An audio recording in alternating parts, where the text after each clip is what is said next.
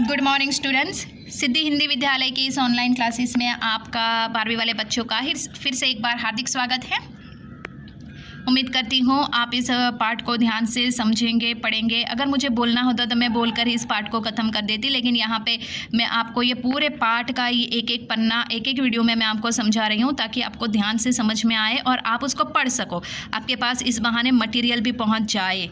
ठीक है, चलो अब यहाँ पे कोयले की मोटी रेखा से अपने, हमने आगे वाले जो वीडियो है, अब ये पढ़ने से पहले हम लोग एक काम करते हैं, आगे वाले का थोड़ा सा रिवीजन कर लेते हैं कि भक्तिन के ससुराल में भक्तिन की जो बेटी होती है उसको किस प्रकार से फंसा दिया जाता है और पंचायत के फैसले के ऊपर उसकी वो चालबाज युवक के साथ शादी कर दी जाती है। एक दामाद की जिम्मेदारी तो वो निभा नहीं पाता है, लेकिन भक्तिन और उसकी बेटी के सिर आकर पड़ता है। ज़मींदार से लिया हुआ लगान भक्तिन जो है वो भर नहीं पाती है, इसके लिए वो शहर में आती है और शहर में महादेवी वर्मा से उसकी मुलाकात होती है। उसके बाद वो वहाँ से फिर भक्तिन के जीवन में एक नया मोड़ आता है जो हमें अब इस वीडियो में आगे के पाठ में देखना है। कोयले की मोटी रेखा से अपने साम्राज्य की सीमा निश्चित कर चौके में प्रतिष्ठित हुई।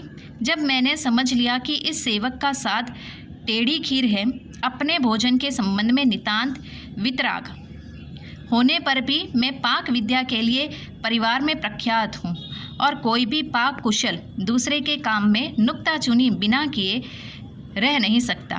पर जब छूत पाक पर प्राण देने वाले व्यक्तियों की बात बात पर भूखा मरना स्मरण हो आए और भक्तिन की शंका कुल दृष्टि में छिपे हुए निषेध का अनुमान किया, तो कोयले की रेखा मेरे लिए लक्ष्मण के धनुष्य से खींची हुई रेखा के समान दुर्लभ्य हो गई। निरुपाय अपने कमरे में बिछोने में पड़कर नाक के ऊपर खुली हुई पुस्तक स्थापित कर मैं चौके में पीठे पर आसीन अनधिकारी को भूलने का प्रयास करने लगी।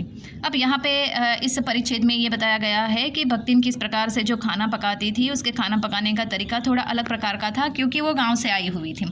अब यहाँ पे बताया गया है कि जैसे कि भक्तिन, जैसे कि कोई एक खाना पकाने में माहिर इंसान जिसको सब पता है कि कौन सी चीज़ कितनी मात्रा में डाली जाती है, खाना किस प्रकार से, तो दोनों जब एक खाना पकाने में कुशल इंसान, जो बावर्ची जो होते हैं वो खाना पकाने में कुशल होते हैं, जो ऐसे इंसान, जब दोनों ऐसे इंसान हो और एक दूसरे से मिलते हैं तो एक दूसरे की मतलब काम में थोड़ी नुक्ताचुनी निकालना, यानी कि थोड़ी सी खाना फूसी जैसी करना कि जैसे कि उसने किस प्रकार से बनाया, कैसे बनाया, किस तरह से बनाया, ऐसे नहीं करते, उस प्रकार से नहीं करते, तो ये सारी बातें होना जाहिर सी एक बात होती है। तो यहाँ पे महादेवी वर्मा भी खाना पकाने में माहिर है और यहाँ पे ये भक्तिन भी। तो ये महादेवी वर्मा को कभी कभी ऐसा लगता है कि वो जब भक्तिन खाना पकाती है तो वो थोड़ी सी नुक्ताचुनी कर ले, लेकिन ऐसा हो नहीं पाता है और वो मजबूर होकर महादेवी वर्मा अपने कमरे में चली जाती है और एक पुस्तक को लेकर वो पढ़ने का प्रयास करती है। चलो अब थोड़ा और आगे बढ़ते हैं। भोजन के समय जब मैंने अपनी निश्चित सीमा के भीतर निर्दिष्ट स्थान ग्रहण कर लिया, निर्दिष्ट यानी कि यहाँ पे एक उनका जो निश्चित स्थान है वो ग्रहण कर लेते हैं जहाँ पे वो बैठकर हर रोज़ महादेवी वर्मा खाना खाते हैं, तब भक्तिन ने प्रशंसा से लबालब दृष्टि और आत्मतृप्ति के अप्लावित मुस्कुराहट के साथ मेरी फूलों की थाली में एक अंगुल मोटी और गहरी काली चिट्टीदार 4 रोटियां रखकर उसे टेढ़ी कर गाढ़ी दाल परोस दी। पर जब उसके उत्साह पर तुषारपात करते हुए मैंने रुआई से भाव से कहा, यह क्या बनाया है, तब वह हतबुद्धि हो रही।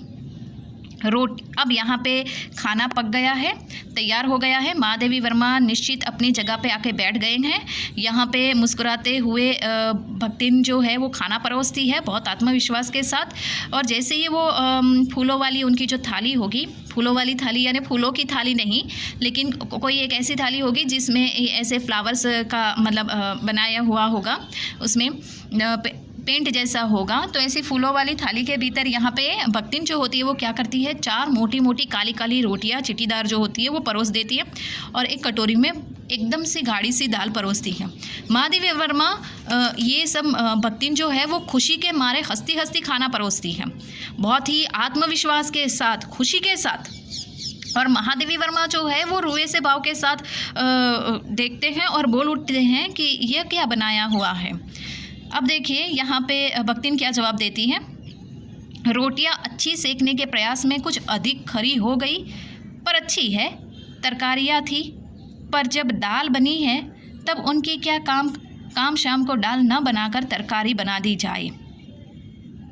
दूध घी मुझे अच्छा नहीं लगता, नहीं तो सब ठीक हो जाता। अब न हो तो अमचूर और लाल मिर्ची की चटनी पीस ली जावे। उसी से भी काम न चले तो वो गांव से लाई हुई गठरी में से थोड़ा सा गुड़ दे देगी। और शहर के लोग क्या कलाबत्तू खाते हैं, फिर वो कुछ अनाडीन या फूहड़ नहीं। उसके ससुर, पतिया ससुर, अजिया सास आदि ने उसकी पाक कुशलता के लिए न जाने कितने मौखिक प्रमाण पत्र दे डाले हैं। भक्तिन के इस शार गर्भित लेक्चर का प्रभाव यह हुआ कि मैं मीठे से विरक्त के कारण बिना गुड़ के और घी से अरुचि के कारण रूखी दाल से एक मोटी रोटी खाकर बहुत ठाठ से यूनिवर्सिटी पहुंची और न्याय सूत्र पढ़ते पढ़ते शहर और देहात के जीवन में इस अंतर का विचार करती रही। बिचारी महादेवी वर्मा यहाँ पे फंस गए। होता है ऐसा कि जब महादेवी वर्मा ने पूछा कि यह क्या बनाया हुआ है, तो भक्तिन खुशी के साथ कहती है कि रोटी को मैं बहुत अच्छी प्रकार से सेकना चाहती थी, लेकिन सेकते सेकते वो ऐसी बन गई। लेकिन आप परवाह मत कीजिए, बहुत अच्छी है। मैंने सोचा कि मैं कुछ तरकारी बना दूँ, सब्जियाँ पका दूँ, लेकिन मुझे ऐसा लगा कि सब्जियाँ पकाने में इतना मज़ा नहीं आता, सो मैंने सब्जियाँ नहीं पकाई। इसके लिए यहाँ पे सब्जियाँ मैंने नहीं पकाई, तो मैं सोच रही थी कि कुछ और ही बना दूँ, लेकिन मुझे ऐसा लगा कि कुछ और बनाने में यहाँ पे मज़ा नहीं है, तो मैं एक काम करती हूँ, अभी दाल बना देती हूँ और शाम को मैं कुछ सब्जियाँ बना दूँगी। और अगर महादेवी वर्मा को कुछ अच्छा नहीं लगा, मालकिन को कुछ अच्छा नहीं लगता तो मैं गठरी में गाँव से जो गठरी लाई थी उसमें कुछ गुड़ है, वो गुड़ दे देती। तो इस प्रकार से वो कहती है कि दूध दही तो अच्छा नहीं लगता, इसके लिए तो मैंने उसका निषेध ही रखा, वरना मैं उसका भी इस्तेमाल करती।